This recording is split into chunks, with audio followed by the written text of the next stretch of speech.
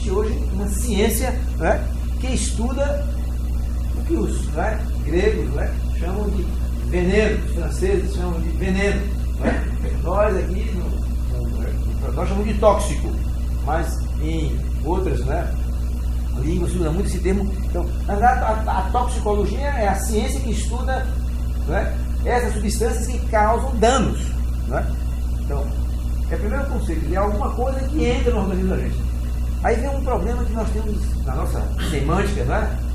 na língua portuguesa, que é complicado, porque a gente vê muita confusão, e aí, né, se você pegar a NR7, a NR32, os livros, né, que estão por aí rodando, né, há uma enorme confusão com esses outros termos aqui. Inclusive aqui, ó, não é X, sou eu, é toxicidade. Aqui teria que, né? Aqui é um Czinho, viu, gente? Cadê o mouse? Vou botar aqui aquela setinha amiga. Cadê aquela setinha amiga que você tem? Esse mouse não dá para... Só tirei.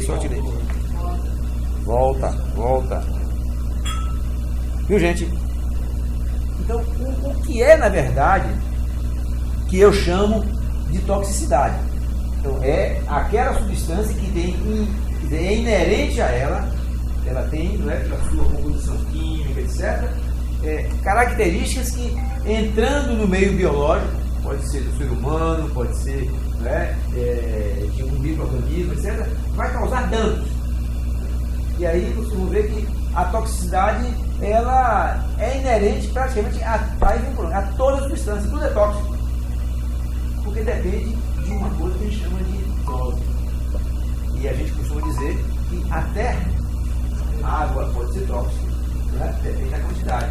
Oxigênio, vocês não sabem, quem sabe disso, né? Na prática médica, na energia de TI, né? Oxigênio é importantíssimo. Mas se eu saturar demais o indivíduo, né? Tudo depende de uma coisa que é, assim, dose, quantidade no meio biológico. E aí vocês vão ver por que a gente às vezes fica preocupado. Por que a mulher não pode trabalhar nisso? Né? Por que é que pode? Por que a mulher não pode trabalhar? Né? Porque ela, sendo matriz, né? E muitas legislações do passado, agora já está mudando um pouquinho, né? Proibiu no Brasil, mas já foi proibido, né? Mulher não pode trabalhar em posto de gasolina, fábrica de bateria. Porque a mulher sexual, nada disso. É uma questão de toxicologia, né? É porque ela, sendo matriz, né, ela tem chance de, em um determinado momento, estar gerando uma vida. E aí, este, né, fetinho, pequenininho, é um organismo tão pequeno que o que entrar no organismo da mãe, pelo sangue, né, vai, né, via respiratória ou digestiva, etc., e chega no sangue, e vai pela placenta, e chega lá. Vocês vão imaginar que precisam de quantidades muito pequenas para causar danos naquele organismo que ainda tem né, um tamanho, né, às vezes depende da fase, etc. Por isso que, então, é uma questão, né, de dose. Então, toxicidade é isto, as características inerentes a uma substância, né, que a determinada dose pode causar danos ao organismo, que difere de risco. Todo dia a gente ouviu risco, e ainda para complicar, né? Os ingleses até fazem um pouco de diferença, os franceses também, de perigo. No Brasil é perigoso, né, passar onde, sei lá, na porta do banco, é perigoso que né? É perigo, não é um conceito, mas o que eu quero dizer, nós em medicina do trabalho, em saúde ocupacional, veterinário, de engenheiro, de higienista, etc., né, confundimos muito risco com fatores de risco. E aí vem, gente, uma coisa que vocês, claro, isso é um pouco acadêmico, mas, veja bem, o que é que eu chamo de fator de risco? Os fatores, quem fez curso de trabalho está lembrado, a gente faz aquela velha classificação. Os fatores de risco são os 4 grandes grupos. Os fatores físicos: ruído, vibração, radiações ionizantes, isso é fator. Ou, se quiser chamar de fator, você pode chamar de agente. Qualquer coisa que, estando no meio ambiente e tiver contato com o organismo do trabalhador, poderá problemas. Isso é questão de fator, é alguma coisa ou agente que está no ambiente. Está no ambiente, ou está no trabalho, está no posto, está. Bom, aí tem os fatores, né? Físicos, fator de risco físico, fator de risco químico, fator de risco ergonômico agora, né? A ergonomia e tal, fator de risco mecânico, né? O indivíduo está lá e está na vibração. E aí, isso é fator de risco. Condições inerentes ao trabalho, ao ambiente, alguma coisa da. Agora, risco, de novo, estou lembrado lá do curso médico, né? A turma mais nova, a turma do meu tempo, um pouquinho mais, né? A velha epidemiologia. Risco é um conceito, meu amigo, epidemiológico. Risco é a probabilidade de algo. Quando eu digo, olha, rapaz, aquele fulano de tal tem um maior risco de ter infarto. Como é que eu calculo? Como é que eu sei qual é o risco de um determinado grupo, de uma empresa, ou de uma população, ou ter mais chance de infarto, hipertensão, AVC? Conhecendo a incidência. Estão lembrados disso, gente? A velha, aquelas coisas que a gente enche o saco no curso de epidemiologia, né? Você vem clicar lá de epidemiologia falando de estatística, mas aquela técnica, entendeu? Mas, então, eu calculo isso como? Calculando incidência e prevalência. Como é que eu calculo risco? Como é que eu sei? Eu pego, né, os estudos de coorte, estudos epidemiológicos, onde eu pego expostos e não expostos e vou calcular a incidência dos dois grupos e vejo. Depois eu divido a incidência de expostos para não expostos e encontro o risco relativo. Né? Risco, então, risco, pelo amor de Deus, que isso é um conceito epidemiológico que diz a probabilidade de acontecer um evento. Então eu não posso dizer que o risco químico, eu estou falando do fator de risco, eu estou falando de agente ambiental. Então, nós precisamos, viu, gente, porque isso a toxicologia, vocês vão ver, está muito ligada não com o risco, mas com os fatores de risco. Para que é que serve essa tal de toxicologia? Né? A toxicologia geral é uma ciência que estuda os venenos, né? A palavra está aí, né? Vem do grego, não é? Tóxico, você sabe o que é, né? No grego significa. Quem é que sabe o que é tóxico? Quem é bom de grego, de latim? Quem já foi padre, seminarista, sacristão, ainda é? Eu fui coroinha, mas naquela padre lá em latim, mas não falava negócio não. Né? Mas tóxico, tem até um laboratório no Brasil, mas também tóxico, lá em São Paulo, que é um grande, faz muita coisa na área de toxicologia. Tóxico vem do grego, que significa arco. Arco. Há muitos primeiros, né? Os primórdios da investigação, se usava muito, né? Os índios, né? Os povos mais antigos, para pegar a presa, né? Ele botava na ponta da flecha lá um veneninho. Então, a toxicologia é tóxico, o veneno, né? Da ponta da flecha, do arco, né? Se usava para atingir pessoas, animais, sei lá. Então, a toxicologia tem essa ligação com essa palavra, mas a ocupacional, evidentemente, a gente está falando agora, a gente sai da toxicologia geral, tem um mundo de coisas, e vai para esta área que é, assim, as substâncias que estando no meio, não é? Ambiente de trabalho, estando no ambiente de trabalho, ela pode, não é? Penetrando no organismo do trabalhador, causar danos.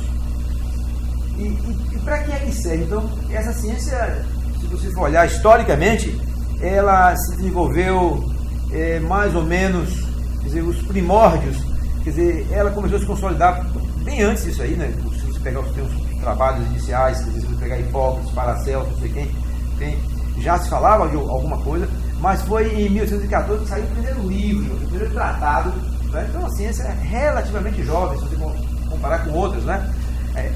Aonde você começa, né, a verificar que eu preciso conhecer, né, algumas características da substância para eu saber o que é que acontece no meio biológico.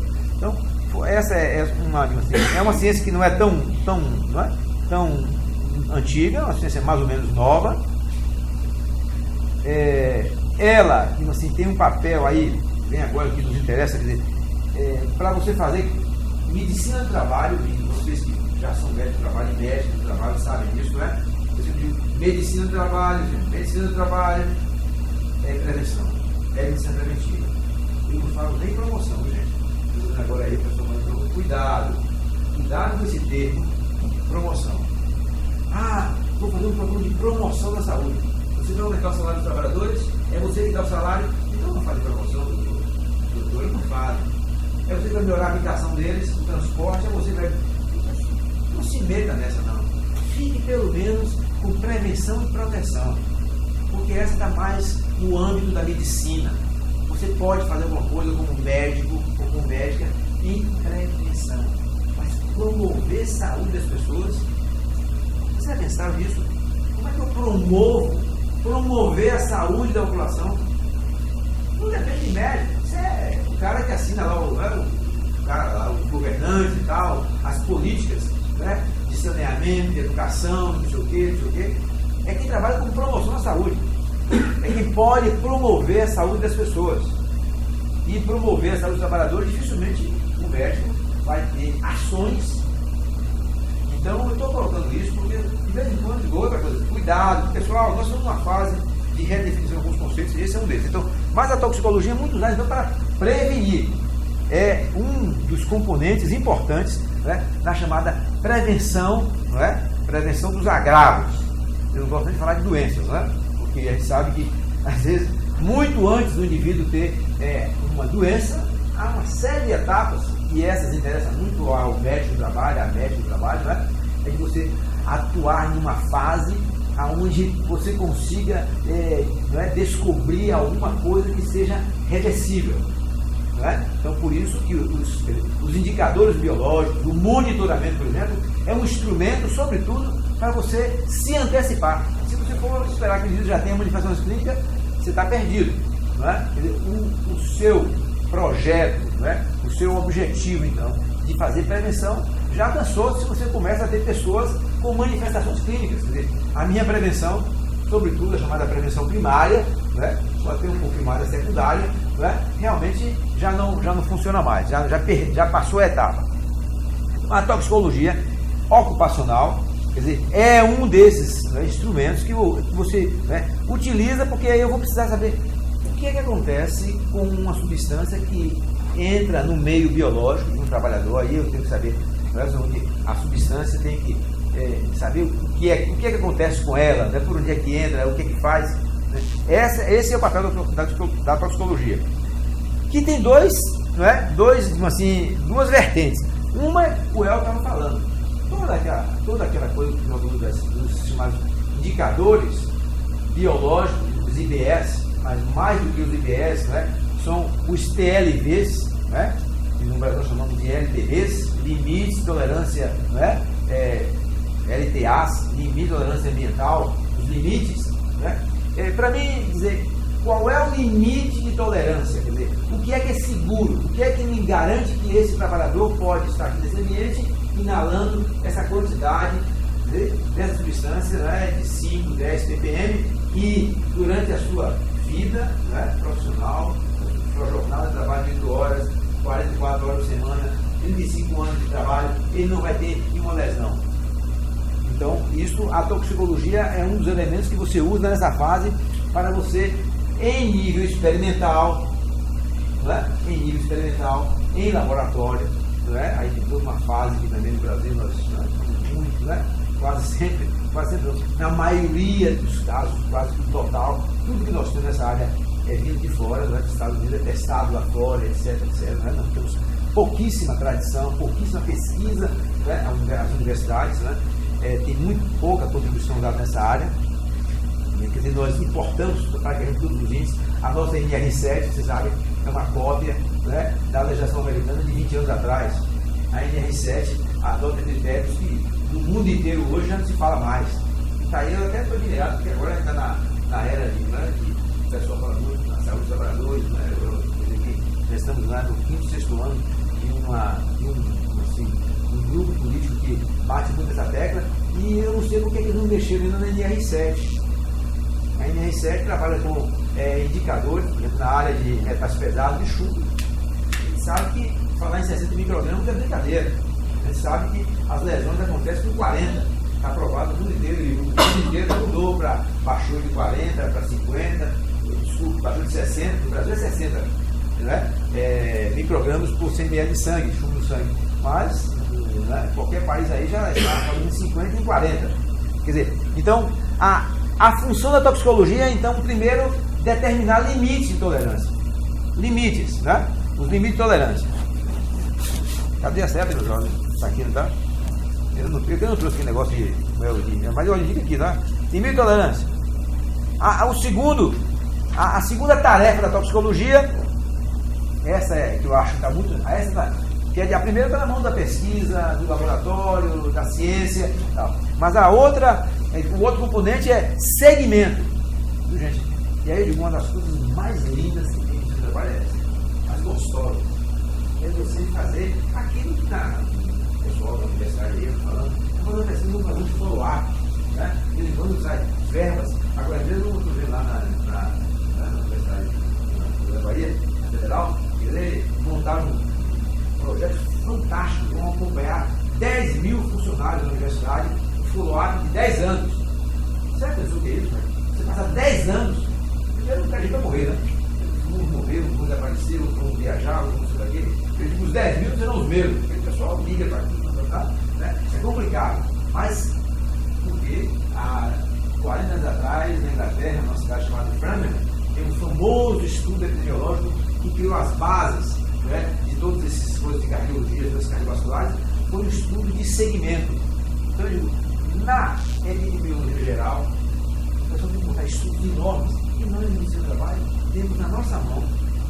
Porque às vezes você está numa empresa, o Mariano Elton, que trabalha aqui, médico, trabalha numa refinaria de petróleo lá, né, no Salvador, tem mais ou menos 1.000 e poucos empregados, né, onde você tem 1.000 e tantos indivíduos, que ele entra no admissional, eu faço o exame médico dele, os exames básicos dele, de acordo com o PCMSO dele, né, e eu vou seguir esse indivíduo, a cada ano do periódico, né, e etc, leva 10 anos, 20, sei lá. E no final de um período você imagina a quantidade de informações, e aí eu tenho as pessoas, os que trabalham na produção, os que trabalham na administração, os que trabalham não sei aonde, eu posso fazer.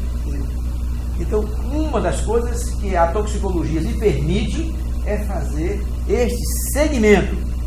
Segmento, quando eu tenho, aí vem um complicador, é porque nós temos uma enorme dificuldade para, né, dosar as substâncias que conhecidamente são tóxicas, né? A gente sabe que esse é um fator limitante importante da toxicologia, porque os milhares e milhares de substâncias usadas hoje na área química, petroquímica, etc., o que nós conhecemos, né, de ação tóxica, né, está em torno de 200 substâncias. Você imagine a limitação que tem de conhecimento. E aí tem um outro problema.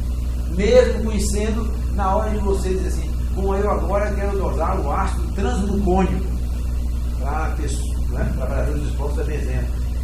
E aonde é que eu vou dosar? Que laboratório? Aí não aparece a turma da análise clínica, né? E a turma da análise clínica trabalha, né, no hemograma, nas enzimas hepáticas, né, do que eu chamo no varejo aí, né, no varejão. Mas para a toxicologia, aí você hoje no Brasil, né, conta, né, 1 ou 2 ou 3 laboratórios. Esse é um grande problema que nós temos no Brasil. Então, se você vai montar um programa de monitoramento, se você estiver indo para uma empresa que tem fatores e riscos químicos, você tem que começar a pesquisar logo aonde é, porque aonde fazer os exames é um dos X da questão. É um problema que eu vivi uma década, né, algum tempo atrás, e foi, né, toda semana tinha que pegar uma caixa de isopor, botar gelo no meio, mandar o material para São Paulo, porque lá em Salvador não tinha um lugar, né, aonde se pudesse, em 1980, né, dosar chumbo no sangue. Então, depois de 10 anos, apareceu um hospital e montou um laboratório para isso. Mas é difícil. Então, o Brasil, quer dizer, para você fazer a medicina do trabalho, essa é a nossa dificuldade. Às vezes você termina sendo empurrado um pouquinho para a chamada inespecificidade. Como eu não posso dosar né, o agente etiológico ou um metabólico desse etiológico, eu termino dizendo, eu vou fazer enzimas hepáticas.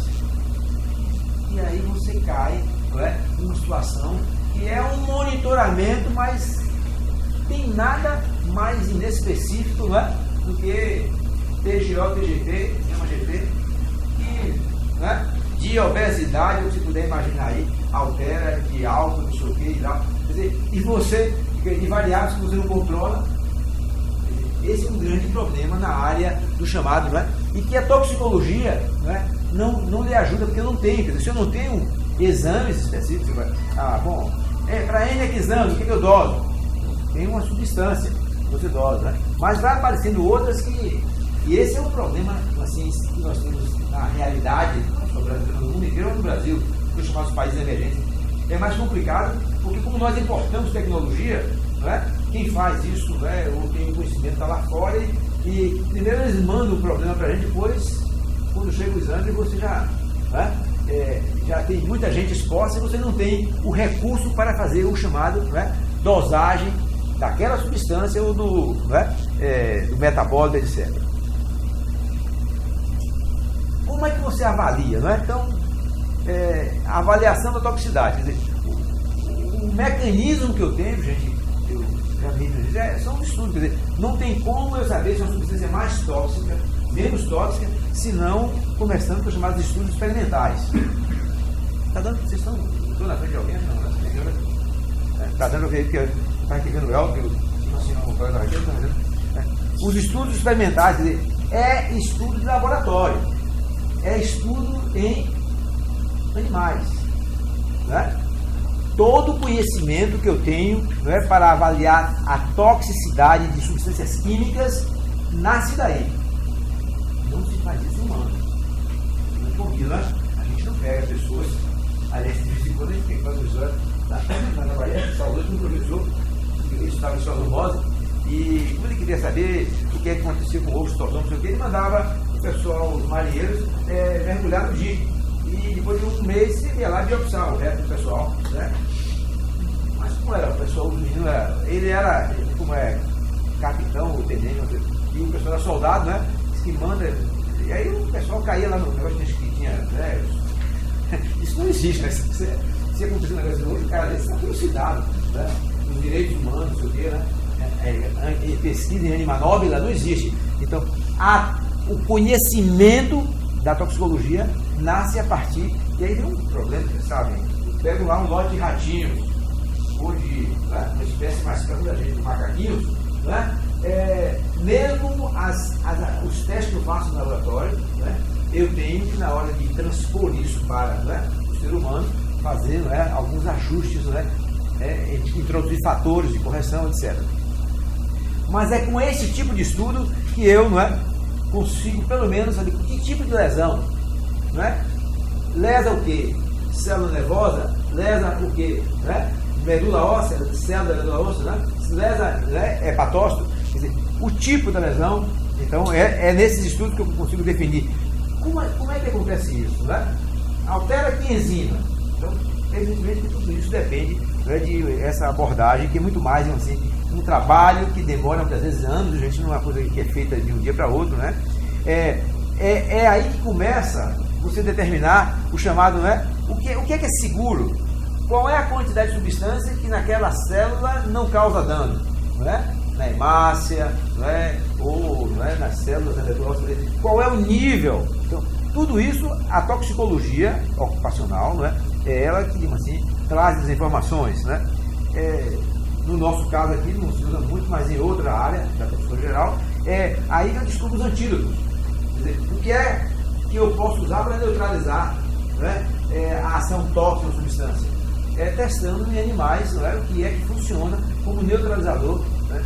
Vocês não me convidem, mas no trabalhador eu sempre digo, gente, pelo amor de Deus, eu vivi isso, né, na prática, por que é que eu tenho que estar coletando todo dia? Chegou um dia, não, Ademário, você coleta aí mensalmente o sangue do pessoal para dar chuva, já faz. Pessoal, eu já coletava lá 3 meses, me chamavam de vampiro. Já vem um vampiro, o doutor só faz. E naquela época, para doar sangue, tinha um tal no médico chamado Ditizona, que era 10 ml de sangue. Você imagina, você tirar 10 ml de sangue de um trabalhador que está lá na refinaria da metalurgia do chumbo. O cara, você engrandecendo até minha alma, né? Porque o salário, doutor, é desse tamanho, né? E etc. O senhor ainda vem, que negócio. Você não sabe. Aí um dia eu descobri uma maquininha e tal, que era uma gotinha de sangue só, rapaz. Bota o dedo aqui, botava o dedo, dava uma cutucada lá e aparecia uma coisa. Doutor, o senhor maravilha, agora você não tinha aquela agulha, agora. Né? Mas eu estou dizendo, isso na verdade, o que tem que usar um trabalhador para coletar? Se eu tenho que medir do ato, irmão. Aí eu digo, olha, senhores, diretores, gerentes, olha, o problema é o seguinte, porque não tem sentido. E não é, né? Não é no meio biológico que eu tenho que coletar o agente, o fator de risco, né? É no meio ambiente. Este é o grande problema que nós temos no Brasil. Nossa chamada higiene industrial, né? Ou a nossa higiene ocupacional, aqui em Vitória, no Rio de Janeiro, em São Paulo, aonde você quiser, né? No Sudeste, que é mais industrializado, né? No Brasil, esse movimento começou na década de 70, né? O Brasil começou nessa área a partir de 72, 73, etc. Desenvolveu-se a segurança do trabalho, né? Muita coisa se vier de trabalho, acidente, campanhas, simpático, não sei o que, CIPA, PRO, e os engenheiros, né? Curso de segurança do trabalho, mas nós não temos uma base técnica sólida em avaliação ambiental, em higiene ambiental. Quando eu falo de laboratório de toxicologia, pior ainda se você coletar uma poeira no ar e dizer assim, eu quero fazer análise ambiental. São poucos laboratórios no Brasil que são capazes, tecnicamente, quase sempre de mandar para o exterior. Quase sempre. Vocês viram como é difícil fazer isso, não é? E aí, olha, se eu não consigo, não é, fazer muita coisa, eu não tenho muito recurso, eu termino. Não, então vamos coletar o trabalhador. O trabalhador termina virando um coletor de amostras. Isso, né? Na mão das centrais sindicais, as CUTs, agora tem um consulto, tem um cara. O cara diz, pô, eu sou coletor de amostras, né? Bota um papagaio aqui para ficar respirando esse negócio, depois tira o sangue do papagaio. Eu já vi essas coisas em reunião, né? Então bota um papagaio. Um papagaio sou eu não, viu? Outra coisa importante que a psicologia permite, né? De estudar, gente, as interações, que tem um outro problema, meu amigo, que dá cada nó na gente que você não pode imaginar. Porque as substâncias químicas, você pensar que o trabalhador está no ambiente e diz, eu vou monitorar o pessoal exposto a benzeno. Quem foi que disse que ele está respirando sua benzeno? Tá? Então, numa fábrica que tem determinados, né?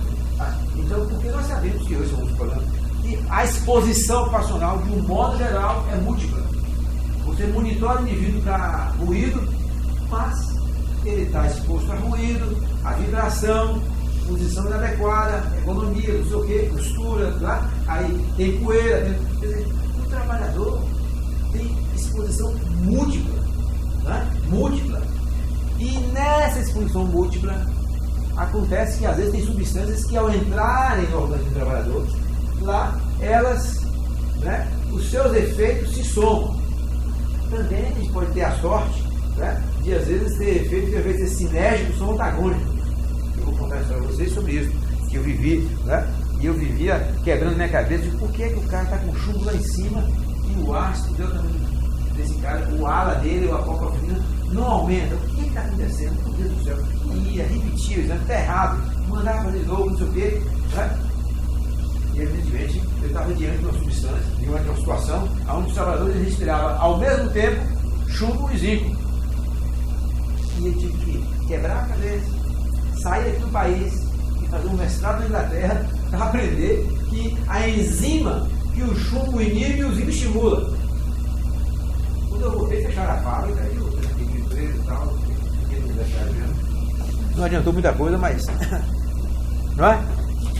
Deixa eu fazer uma pergunta. No caso do PPLA, ele feito anualmente. Nesse caso de você falar que a análise do ambiente ser bem benéfica em relação do indivíduo como trabalhor, então ela teria que ser diminuída de anual para um período mais, ou não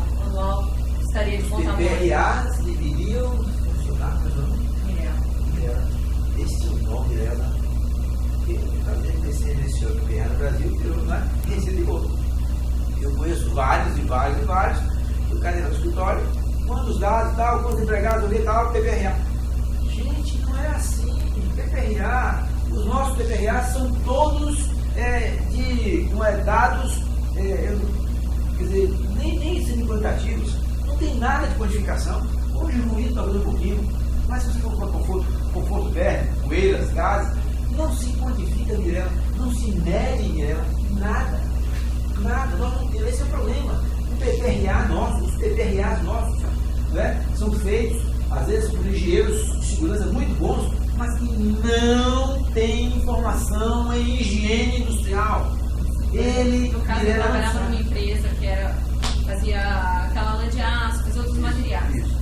No caso, o PPRA do ano anterior, lá tinha dosagens, tudo direitinho. Tinha de ambiente? Tinha, tudo. Aí, desse ano, né? No outro ano, que foi o ano que eu entrei, apareceram substâncias que não tinham. Por isso que eu me pergunto, será que não seria necessário, ao invés de ser anual, ou semestral? Mas a legislação diz que tem que ser anual. Mas é preciso que o engenheiro, sobretudo, o engenheiro, no caso de segurança, o engenheirista, conheça bem o processo, porque, veja bem, o processo, eu fui médico, trabalho de Albertal no Rio de Chumbo, e veja bem, dependia muito, a contaminação ambiental, Mirella, mudava a ambiental e a que entrava nos trabalhadores em função se o minério vinha de Boquira, que aqui na Bahia, na Chapada Diamantina, ou se vinha do Peru. O pessoal vai dizer, os trabalhadores diziam, olha doutor, chegou o minério importado. Por quê, rapaz? O cheiro é diferente. O cheiro, quer dizer, tinha mais enxofre. Então, depende, porque essa coisa para mudar, quando você tem, sobretudo, indústrias, uma coisa é você estar trabalhando no lugar de trabalho não é call center, né? Aí não tem evolução, não tem problemas e aí tem que ficar maluco, um negócio aqui, olhando, digita, né? É outro problema na economia e tal, né? No trabalho. Mas numa atividade, onde você tem processamento de matéria-prima, as metalurgias, as siderurgias, a indústria química, isso varia muito, né? Porque na verdade a dinâmica do processo, às vezes a fábrica quer fazer um laminado que tem que ser mais com especificidade, porque a indústria está importando aquele material e o pessoal muda o processo. Então, me respondendo, eu acho que o PPRA, como PCMSO, como qualquer programa, ele tem que ser dinâmico, ele tem que ter, teria que ter, assim, se o processo sofreu qualquer, e aí eu digo, o engenheiro que faz isso, o engenheirista, o médico de trabalho, tem que estar colado na produção. Esse é o nosso grande problema, porque nós, o engenheiro de segurança, às vezes, eu conheço várias indústrias que pegavam o chefe da produção, o engenheiro, para ser engenheiro de segurança. E não é uma maneira de economizar dinheiro. Mas médico de trabalho, eu quando quis conhecer o processo dessa fábrica de trabalhar, eu quebrei a cara, eu fiquei lá atrás de um, atrás do outro. O que médico tem que saber sobre minério? Mas que, doutor, você não tem que examinar a gente, mas amigo, eu tenho que saber o que vai entrar no nariz do trabalhador, o que vai entrar no nariz do trabalhador. Você tem que saber, me explica esse negócio aí, rapaz, como é que é o processo mesmo, o que é que entra aqui, né, como minério, né, e o que é que sai lá na refinaria, né? O que é que sai? É chumbo, é ouro, é prata, é zinco, o que é que sai? Eu tenho que saber essas coisas. Agora, e esse processo é um processo dinâmico. Um PPRA, quem sabe que a tradição no Brasil, você faz o PPRA e a cada ano, quase sempre você dá uma olhadinha. Mas a legislação permite você mudar a qualquer momento. Claro. Então, mas é o que eu estou perguntando. No caso, ele indicaria de quanto tempo? Essa é a minha pergunta. Eu acho que a minha opinião sobre isso é o seguinte: isto não pode ter uma receita. Cada PPRA é uma situação, porque uma mesma fábrica depende do local onde ela está, depende do clima, depende de uma série de fatores, depende dos trabalhadores mais informados. Então eu acho que isso tem que ser realmente acompanhado, e aí só a equipe, né? O médico, o engenheiro, tem que sentar.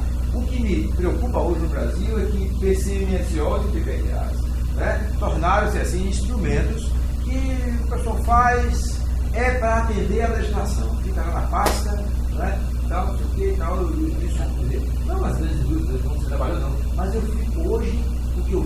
lá na Bahia é de arrepiar, porque este tão badalado na nossa área, PCMSO, que nasceu com um instrumento de vigilância epidemiológica, tornou-se um instrumento de vigilância burocrática. Ele é um instrumento mera e exclusivamente para atender a legislação. Tá? E eu conheço os colegas que faz 50, 100, assina. Não tem doutor que tome conta disso. Na realidade, o PCMSO e o PPRA, ele tem uma validade humana, mas à medida que ocorrerem alterações no ambiente de trabalho, você vai criando anexo, que você tem que colocar, é lógico, a partir do momento que o trabalhador passa a ser exposto a um novo risco, o médico tem que monitorar a partir daí, então ele tem que colocar no anexo, dependendo também do anexo do PPRA. Grande problema que é onde está esse médico. Onde é que está o coordenador do PCMSO? Sentado numa sala, assinando papel. Eu conheço muitos coordenadores de PCMSO e gente faz PCMSO sem nunca ter entrado naquela fábrica. Gente, lá na Bahia, isso é hoje um negócio que eu não sei, meu Deus do céu, o que está acontecendo? Né? Porque não fica no computador isso.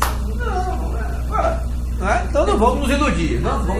A toxicologia, então, voltando a ela, não é a vaca fria aqui. Senão, né, Mirella? Ele já fez aqui PPR. Isso aí, gente, é pano para muita manga. Eu acho que esse é um problema que o Brasil tem agora para resolver. Mas nesse caso, então, a Mirella, eu acho que tem que dizer que o PPRA, em vez de ser feito de 2 em 2 anos, é a dinamicidade. De vez em mês. Mas eu acho, inclusive, que veja bem, uma coisa que é interessante do PPRA, outra coisa que eu tenho dito. Assim, na prática, realmente, vocês veem engenheiro dentro da empresa fazendo antes de Não, na prática. Não tem. É hoje um instrumento dela assim. Eu não conheço indústria que faça isso com uma periodicidade menor do que uma. Tornou-se, não está de novo assim, é anual. Porque a NR15 não é, rapaz. Tem que ser a periodicidade. Uma vez disseram, raio-x é esse mesmo. Quem foi que disse? Porque aí será, demora daqui. Depois não tem mais raio-x. O problema é que eu acho que isso, você é que tem que avaliar, primeiramente, poeiras. Eu tenho que saber se tiver for numa região onde pessoas que mais jovens, etc. Essa periodicidade de determinadas coisas, é preciso que você conheça a situação local. Não é? Aí eu digo muito papel do médico do trabalho, de avaliar e dizer, olha, mesmo a ANR está dizendo que eu quando fui, viu gente, houve uma fase, no programa de 73, 75, nessa metade de julho, eu tive que dizer ao pessoal que os exames, pelo menos de urina, iam ser em 3 meses. E eu fui devagar, porque pelo menos era urina. De sangue, virar um maluco. Não, mensal, você está doido, rapaz. Mande fazer mensal no ar. No ar, faça diário. Faça monitoramento contínuo dos poluentes atmosféricos diário. Porque os processos industriais, doutora, são dinâmicos, sofrem alterações climáticas. Uma coisa é você estar numa metalurgia de chumbo ou numa siderurgia durante o dia. À noite, a turma do turno da noite, a turma da noite, sabe, vai ter outro problema. Porque eu conhecia lá na siderurgia que tem inversão térmica. Aí os poluentes, você sabe, quando começa a concentração à noite, aumenta no mesmo lugar. Então eu não posso fazer o monitoramento ambiental chegando lá durante o dia botando umas, faz uma captação de poeira na lapela de alguns trabalhadores ou de alguns pontos fixos, e retira os coletores e à noite, nós temos que coletar dos 3 turnos de trabalho, porque há avaliações, há sem número de variáveis, clima, hora, não sei o quê, parou, deu um problema lá no forno, teve que parar a alimentação. São tantas variáveis que esses processos têm que ser. Agora o problema é que isso, gente, uma das coisas que a gente sabe, que eu acho que hoje no Brasil, o que é que se desenvolveu tanto a chamada medicina do trabalho, essa que nós fazemos, e não se desenvolveu tanto a chamada higiene ocupacional? Porque a outra é mais cara, custa mais, Né? Uma coisa é você dosar, eu vivi isso na minha pele, né? Era dosar chumbo no sangue. Outra coisa era dosar chumbo no ar. Porque as amostras, naquela época, na mesma época, em 80, o sangue ia para São Paulo e o do ar ia para a França. Né? O Boeing da época, não sei o quê. Né? Custava muito mais a empresa. Então, faça menos, porque tem que ir lá para fora, não sei o quê, não sei o quê. Bom, então, a toxicologia, né, que cuida, né, gente? Aí vem um outro dado que eu gosto sempre de chamar a atenção, né? Toxicidade, agente tóxico, quer dizer, eu estou falando de tóxico, coisas que podem causar dano. Eu tenho que saber qual é a natureza química da substância. Eu estava falando, né, de Dr. Garmondes, eu comparo toxicologia com bacteriologia. Nós todos, né, médicos aqui, aprendemos, médicas, né, colegas, aprendemos, eu tenho que saber que a bactéria é o quê? É um diplococo, é um coco, não sei o quê, cresce em tal meio, não sei aonde. O tal agente biológico das doenças infecciosas. Eu tenho que saber as características, né, da bactéria. Eu digo, aqui no agente tóxico, eu tenho que conhecer a natureza química. Se é uma cadeia alifática, se é uma cadeia fechada, se é um aromático, se é, não é, um metal pesado, se esse metal se é inorgânico, eu tenho que saber a natureza química. E aí eu digo, se você estiver numa indústria e você for fazer um programa, uma coisa que você tem que se debruçar pelo menos e dar uma olhadinha lá, pegar aquele velho livro de química que você estudou no vestibular, ou tomar emprestado, ou arranjar, ou ir na internet, mas eu tenho que conhecer a natureza química das substâncias. É o quê? Eu falo, e esse é um problema que às vezes nós resistimos um pouquinho, mas quando eu estou fazendo, não é qualquer avaliação nessa área de monitoramento, que eu vou usar a toxicologia ocupacional como uma das ferramentas, eu tenho que estudar a natureza química da substância, não é? As características físico-químicas, qual é o ponto de ebulição, qual é o ponto de fusão, por que que mercúrio é tão problemático? Não é, gente? Por que mercúrio é tão problemático? Por quê? Primeiro, eu digo, é um metal fantástico, é o único metal líquido que existe, né? Líquido, por isso nós vamos dando, né? Quando cai uma agulhinha de termômetro, fica perguntando, cadê? Vai pegar uma agulhinha de termômetro no chão, certo? Ele escorrega aqui, é igual o político, né? Escorrega aqui, pega o cara, não sei o quê, não consegue pegar, porque ele é mercurial, né? Aí e no outro dia você volta, cadê mercúrio? Você não acha, virou o quê? Claro, evaporou. Esse é um metal que, além de ser líquido, se evapora na temperatura ambiente. Se você aumentar a temperatura do local, a sala ficar fechada e tiver alguma coisa lá, a taxa de evaporação. Então eu preciso saber das substâncias que eu estou estudando, que tem na minha. Quais são as características físico-químicas? Não é? Por que o chumbo, não é? Foi tão importante hoje, não é? Porque ele tinha características físico-químicas que permitia. Esse metal foi tão usado até para fazer tubulação de casa. Hoje não é? Hoje é plástico, não sei o que. No passado, todos sabem, né? Esse metal teve um papel importantíssimo, não é? Na sociedade, nas sociedades, nas civilizações do mundo inteiro aí, né? E ele foi tão importante que o mundo tinha grandes reservas, tiraram que acabou. O Brasil, as duas únicas minas de chumbo que tinha, tiraram tanto, uma aqui em Adrianópolis e outra lá na Bahia, tiraram, levaram 30 anos os franceses, depois tiraram, deixaram o chumbo e levaram o ouro e a prata e carregaram o chumbo. Nós brasileiros, né? E o chumbo ficou lá em Santa Maria, purificação, né? Que é chamado passivo ambiental, né? Ficou lá. Mas, então, é para dizer que a propriedade, olha gente, então, toxicologia eu tenho que ir atrás disso, né? Olhar, eu tenho que saber as características. Aí, o que é isso? Qual é o peso molecular, estado físico, densidade, né? Etc. Chumbo, densidade 13, ele é 13, cai dentro d'água, ele vai lá para baixo, né? Porque ele é pesado e outros metais.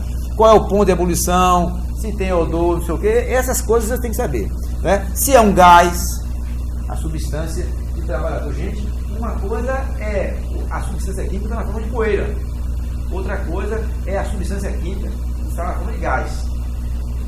Lá na minha experiência, o chumbo, a contaminação ambiental, tinha um lugar que ele era em forma de poeira, mas de material particulado. Mas tinha um outro local que ele estava na forma de fumos metálicos. Só isso aí ele usou, aí tem que estar mais de olho no pessoal de fumos metálicos. Porque no caso dos fumos metálicos é molécula. não é fungo, só molécula. Molécula é molécula. Não é? O tamanho é tão pequeno que entra, vai direto para o alvéolo. A poeira depende do tamanho dela. Se for uma poeira, não é? Com um diâmetro maior do que 10 micras, não passa das narinas, graças a Deus. Não é? As 10 micras só passa um pouquinho, não é? Mais adiante é de 5 micras. A de 5 micras chega nos alvéolos. Então, você vê que muda. Saber se é, não é, um gás, uma poeira, um vapor. Então, essas características das substâncias, eu preciso, não é, saber, estudar. E aí, se eu vou montar um programa, então não adianta querer montar um programa de monitoramento biológico se não existir, não é, gente, qualquer informação de monitoramento ambiental. Eu preciso, senão você vai usar o monitoramento biológico como monitoramento ambiental. Isso é eticamente complicado. Você está usando o trabalhador, quer dizer, eu doso as coisas porque eu não sei o nada. Você tem que forçar a empresa, no bom sentido, quer dizer, justificar, mostrar que tecnicamente tem que saber o que tem no ar para poder, né, fazer o monitoramento. Professor, diga. Eu não sei se eu não acho que interrompeu para isso, mas é o seguinte, não sei se é a realidade dos demais colegas aqui, eu noto algumas dificuldades aí nessa parte de toxicologia, assim, em termos práticos. Quais seriam essas aí? A primeira delas é a dificuldade mesmo de conseguir fazer com que as empresas façam um monitoramento ambiental adequado. Essa é a primeira grande dificuldade que eu tenho, acredito que a maioria aqui tem isso também. Né? E quando passa isso aí para a parte de monitoramento biológico mesmo, né? Como é que eu costumo fazer isso quando eu estou elaborando o PCMSO e estudando em cima? Eu peço todas as físicas dos produtos químicos que são utilizados. Ali é tudo, né? Às vezes com livro de química, outro de higiene ambiental, e tudo vou batalhando ali em cima daquelas substâncias, né? Para conhecer a natureza química, as características, as propriedades dos produtos. E na hora que chega a parte de eu tentar identificar qual exame que eu vou fazer, o indicador biológico mesmo, usando a linguagem assim, eu passo para danar mesmo, porque eu vou atrás de literatura, eu vou atrás de qual é o problema? Claro, olha, das dezenas de milhares de substâncias químicas, nós só conhecemos, né, mecanismo de ação de uma das substâncias. Nós temos uma enorme limitação de conhecimento. Cada dia que os japoneses, os americanos, que lançam novos produtos, né, a partir de processos, né, quer dizer, eles lançam um produto químico, isso a indústria química, você pega de farmacêutica, fica falando muito de toxicologia e se esquece, né, que a nossa área de saúde, a nossa área médica, tem substâncias, né, os ambientes de trabalho. Vamos pegar o pessoal só da quimioterapia, gente. Vai olhar, né, o pessoal que manipula, né, os, né, anti-neoplásicos. Vá para você ver que muda. Aí vai que indicador biológico, né? Que indicador? Você tem razão. Então, gente, não vamos nos iludir, pensar que nós temos assim um grande arsenal de roteiro. Então você tem hoje para os orgânicos, os clássicos, benzeno, tolueno, xileno, normal, N-hexano, normal hexano, não é? Tricloretileno. Para os metais, né? Você tem para chumbo, cálcio, indicadores, né? Que eu fui numa fase, né, onde o quente para benzeno é fenol. Não, rapaz, aí apareceu literatura, que nada, fenol é inespecífico, porque às vezes você tem um exame, eu como pesquisador na área de metastasia de chumbo, coproporfirina urinária. Depois não vai ser nada, rapaz. E é claro, qualquer indivíduo que tenha cirrose hepática, qualquer operação hepática, vai aumentar a sua porfirina. Como é que eu vou usar esse indicador para acompanhar pessoas com exposta a chumbo?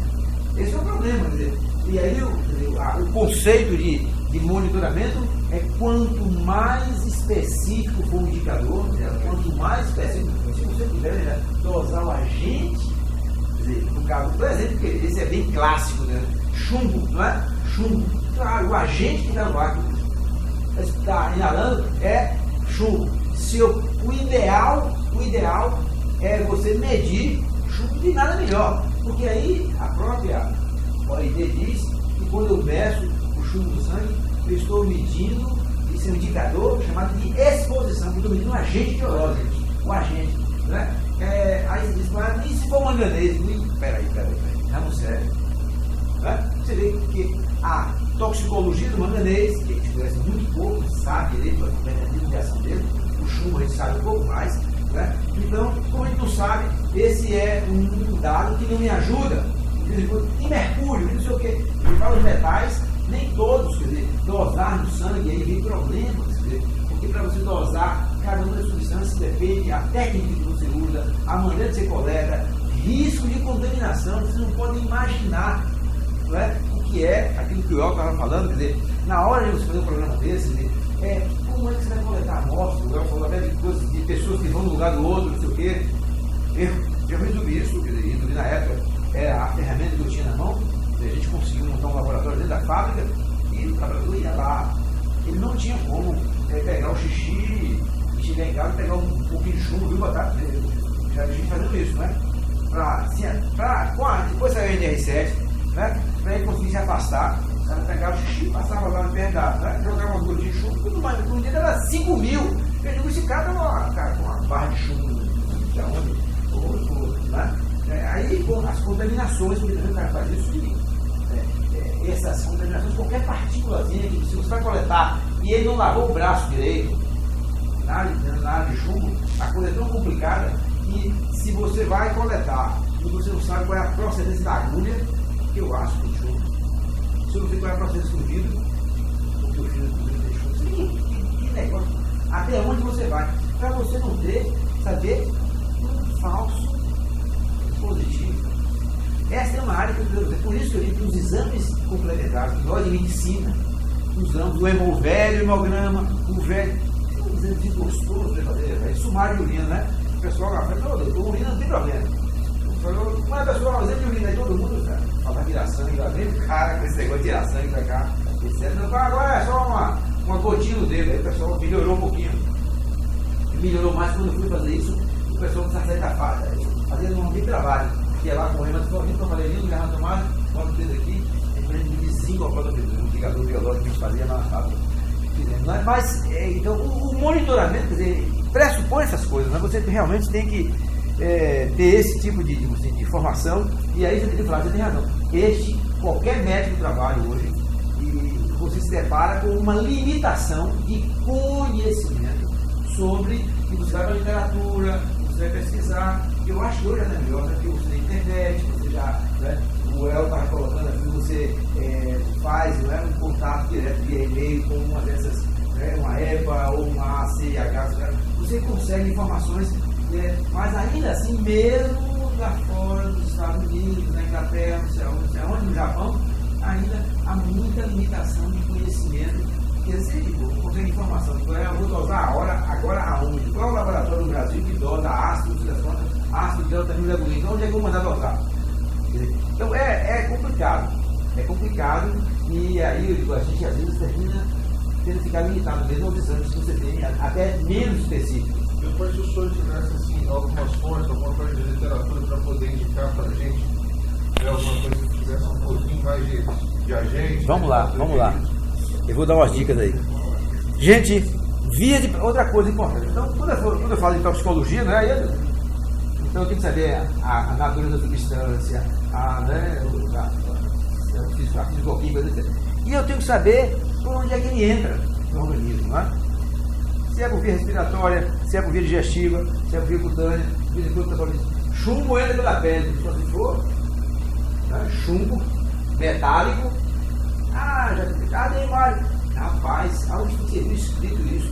Chumbo metálico, chumbo inorgânico, né? Só entra pela pele aquele, né? Esse entra, né? Os outros não entra pelo garim do cara. Agora, se for chumbo orgânico, seria coisa interessante, né? A pessoa diz, animais e tal. Não, pela pele ele é um dano, né? A palinha perdida, né? Esse não tem jeito, não, porque entra pela pele, entendeu?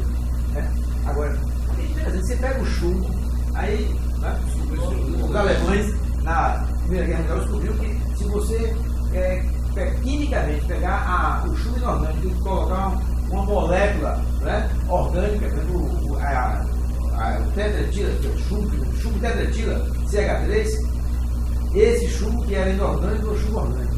Aí esse danado só se cair na pele, penetra. Você pergunta por quê? Porque eu mudei a composição química dele, a natureza química. Ele deixou de ser chumbo inorgânico para chumbo orgânico. E aí o CH3, essa substância é capaz de dissolver a camada lipídica e penetra. Né? O outro não penetra. O que é que mercúrio? Tem um mercúrio que é muito mais maléfico que o outro. Uma coisa é o mercúrio inorgânico, outra coisa é o mercúrio orgânico. O mercúrio que as bactérias que caem no ambiente, lá no meio ambiente, tem uma bactéria safada que pega o inorgânico e metila ele. Aí quem comeu os mariscos dessa região vai comer chumbo, mercúrio, o marisco com chumbo orgânico. E vai ter problema se você entrar muito mais rapidamente do que se fosse só o metal. A forma química, né? A via de penetração, se é respiratória, se é digestiva, né? Aí vem mecanismo de ação, gente. Aí eu vou passar porque senão, que hora é essa? Meu Deus do céu. Tem coisa ainda para gente falar. Outra coisa importante, que essa é a parte talvez que eu prometi o pessoal falar um pouquinho mais, o que é que a gente sabe hoje? Porque eu preciso saber onde é. Ele entra pelo nariz, pelas vias respiratórias. A gente sabe, você sabe mais do que eu, esse negócio, né? A principal via de penetração dos tóxicos é por aqui. Por isso o pessoal usando de máscara. Bota máscara. Aí, cuidado com a máscara, né? E quando bota a máscara, bota aquelas máscaras brancas e tal. Pra que isso, rapaz? Tira esse negócio. É mesmo que tá dando leite, pessoal. Leite, né? O pessoal disse, não tome leite. Né? Quando cheguei nessa fábrica, cheguei lá, tinha um programa do leite. Eu fiquei invocado no negócio, né? Não, dá leite, pessoal, aí não tem leite aqui, nem.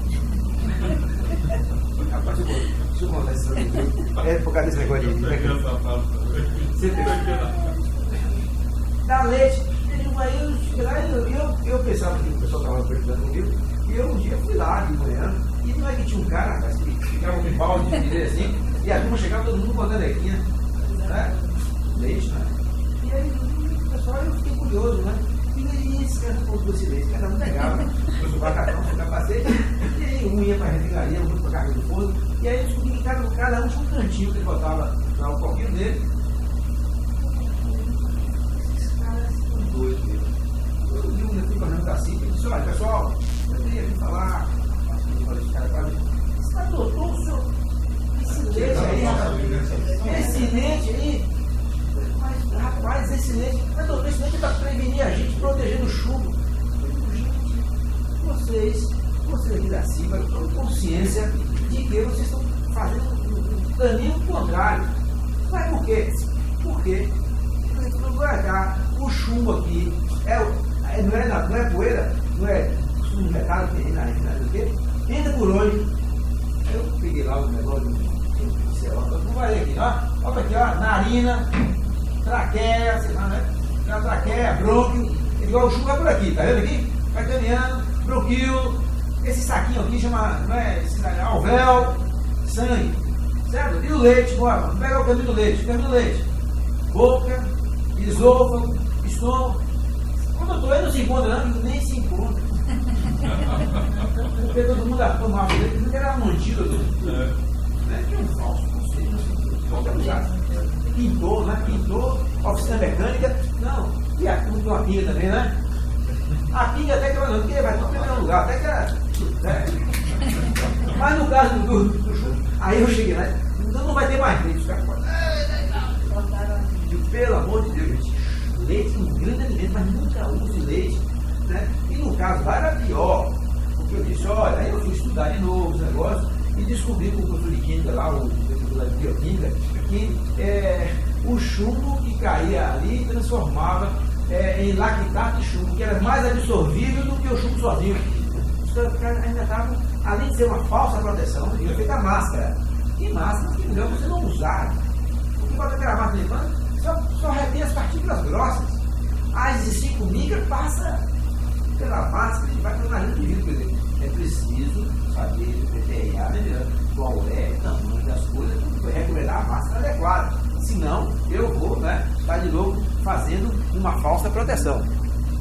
Mas essas substâncias que entram no organismo, quer dizer, a gente sabe que hoje essa é uma dificuldade maior ainda, é que dessas 200 substâncias, eu conheço assim, o sítio, o local, o mecanismo a nível molecular, quer dizer, qual é o lugar que a substância que entra, ela vai para onde? Cai no sangue e todas têm efeitos sistêmicos. Agora, tem uma substância que tem predileção mais para o célula hepática, outra mais para o células nervosas, outra mais para os células. Quer dizer, por que essas coisas, a gente às vezes não tem muito conhecimento, mas eu preciso, quanto mais conhecimento você tem, do mecanismo, quer dizer, como é que ela interfere. Então aqui eu trouxe alguns exemplos, um desses aqui, clássicos, que a gente quase sempre dá muito valor, esse tal monóxido de carbono. Eu nunca vi ninguém, se você tiver uma corporação brutal, agora tem todos os caras tem as coisas, companhia de trânsito, e aqueles caras juntando a gente, juntando a gente. Os caras lá na Bahia fazem juntando você. Se der uma roubadinha, o cara, rapaz, ele disse, meu amigo, não me multe não, que eu vou mandar dar sua carboxihemoglobina. E eu falei, se o senhor é me xingando, não. Eu me ligo, cara, eu sou, vai embora, mas eu não estou nervado. Mas, quer dizer, nos controladores de trânsito, carboxi, agora tem um problema, quer dizer, eu não tenho mudado ambiental. Qual é a concentração? Quais são as concentrações? As nossas cidades, Vitória, São Paulo tem um pouquinho mais, São Paulo já tem.